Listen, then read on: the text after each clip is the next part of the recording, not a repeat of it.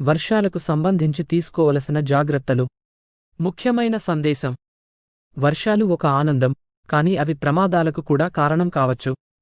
ముందు జాగ్రత్తలు తీసుకోవడం ద్వారా మనం ప్రమాదాలను నివారించవచ్చు.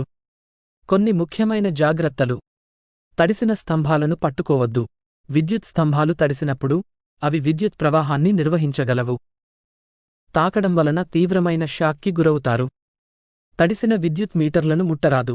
విద్యుత్ మీటర్లు కూడా విద్యుత్ ప్రవాహాన్ని నిర్వహించగలవు. తడి చేతులతో ముట్టడం వలన ప్రమాదం జరుగుతుంది. ఇంట్లో ఉన్న స్విచ్ బోర్డులను తడి చేతులతో అంటుకోవద్దు. స్విచ్ బోర్డులు తడిసినప్పుడు నీరు స్విచ్లోకి వెళ్లి షాక్కి గురవుతారు. పొడిగా ఉన్న చిన్న కర్ర లేదా ప్లాస్టిక్ వస్తువులతో స్విచ్ వేసుకోవాలి.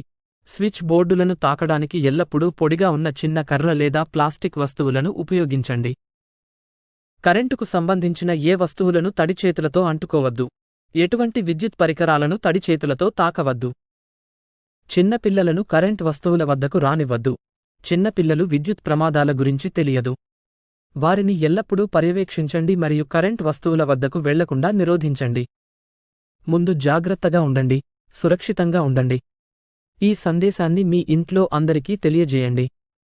భద్రత గురించి అవగాహన కల్పించడం చాలా ముఖ్యం.